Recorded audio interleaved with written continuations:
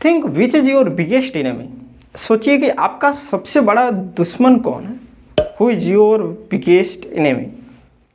तो आप थोड़ा सा टाइम ले लीजिए और इसको सोचिए, वीडियो को पॉज कीजिए और सोचिए, इसके बाद फिर वीडियो को शुरू कीजिए। हाँ, आपने अभी तक सोच लिया होगा कि आपका सबसे बड़ा एनिमी कौन है।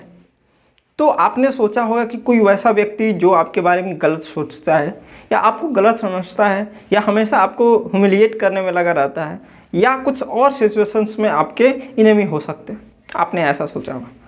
अगर मैं कहूँ कि आपका सबसे बड़ा दुश्मन आपके अंदर एक ऐसा व्यक्ति है जो अपने आप को कभी सोचता है कि मैं गलत कर ही नहीं सकता, अपने आप को सर्वश्रेष्ठ समझता है, यानी कि आपका ईगो।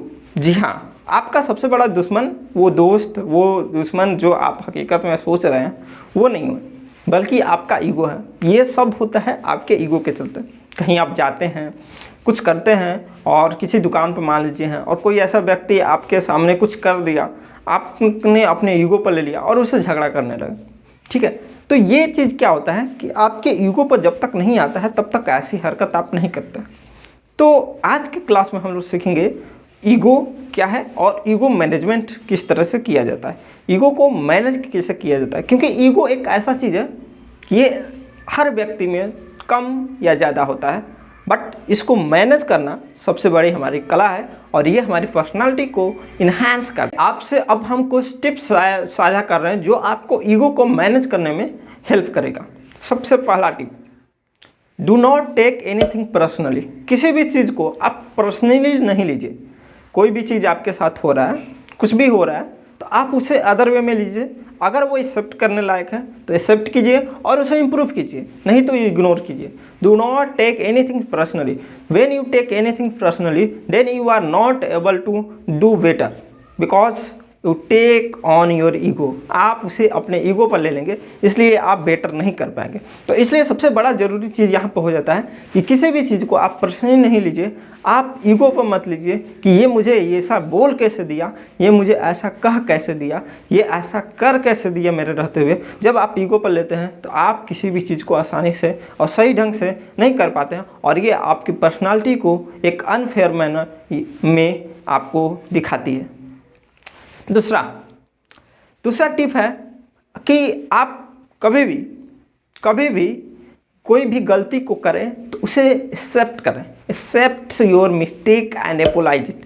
कोई भी गलती को अगर करें तो आप उसे एक्सेप्ट करना सीखें। ऐसा नहीं कि आपने गलती किया और आपने एक्सेप्ट करने से पहले ये सोचा कि नहीं, मेरा जो ईगो है, मेरा जो गुरूर है वो कम हो जाएगा अगर मैं इस गलती को एक्सेप्ट कर लेता हूँ, तो सॉरी बोल देता हूँ। तो आप कभी उसको एक्सेप्ट नहीं कीजिएगा और ना जब तक आप एक्सेप्ट नहीं कीजिएगा तब तक आप इम्प्रूव नहीं कीजिएगा और जब तक आप इम्प्रूव नहीं कीजिएगा तब तक आपका पर्सनालिटी सही नहीं दिखेगा।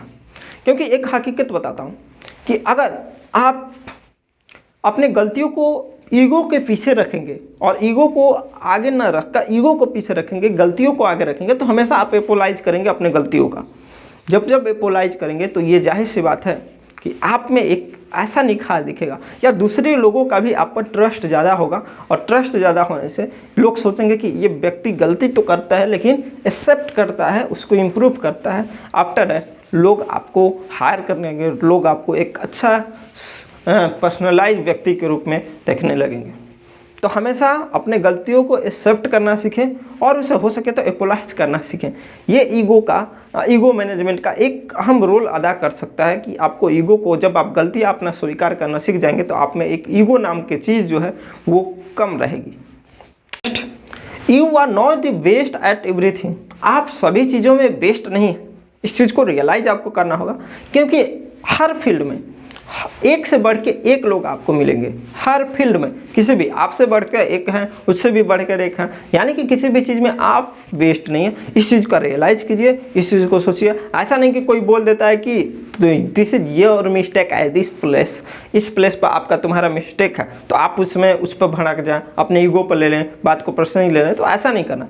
अभी आपको ये सोचना है कि आप ऐसा व्यक्ति कभी नहीं बन सकते हैं जो कि सभी चीज़ों में परफेक्ट हो। जब आप सभी चीज़ों में परफेक्ट नहीं है तो आप, कोई अगर बात बोल रहा है तो उसको एक्सेप्ट करना सीखिए, सुनना सीखिए और समझना सीखिए, उसको इम्प्लीमेंट करना सीखिए।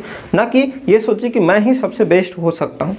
क्योंकि लोग, आपने देखा होगा, एक मज़ेदार कहानी सुनाता हूँ, कहानी नहीं, एक छोटा सा सेंटेंस सुनाता हूँ, जो कि आपने देखा होगा कि बहुत सारे लोग ऐसा करते हैं।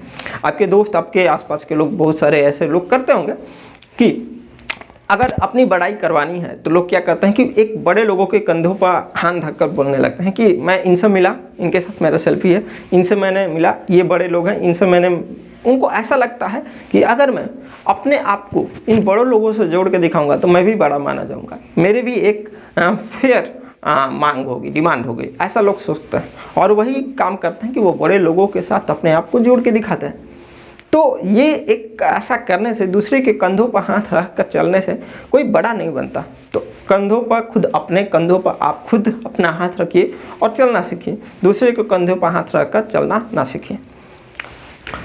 नेक्स्ट पॉइंट हमारा, ये भी इंपॉर्टेंट है, आप इसे ध्यान से सुनिएगा।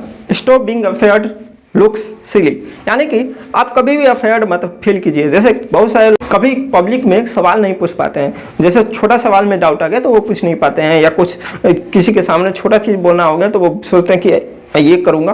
बहुत सारे लोग आप देखे होंगे कि बहुत सारे डिग्रियाँ रखे हुए हैं और अपने ईगो के लिए कि मैं इतना डिग्री लेकर रखा हूँ और मैं ये छोटा काम करूँगा, ये छोटा जॉब करूँगा, और बहुत सारी चीज़ें नहीं कर पाते हैं। तो ये ईगो पे मत आइए। हाँ, अगर आपका बड़ा ड्रीम है, अगर उस पर काम कर रहे हैं तो फिर वो बात अलग है, लेकिन अगर ईगो के चलते आप नहीं कर रहे हैं तो दिस इज बैड थिंग। तो ये ईगो जो होता है ये आपको भयभीत कर देता है, अंदर से अपने ईगो को जाने का भयभीत कर देता है। तो अगर आप ईगो रहेगा ही नहीं तब आप उस चीज़ को आसानी से कर पाते हैं और हो सकता है कि उससे आपकी ज़िंदगी में बहुत ज़्यादा बदलाव हो जाए।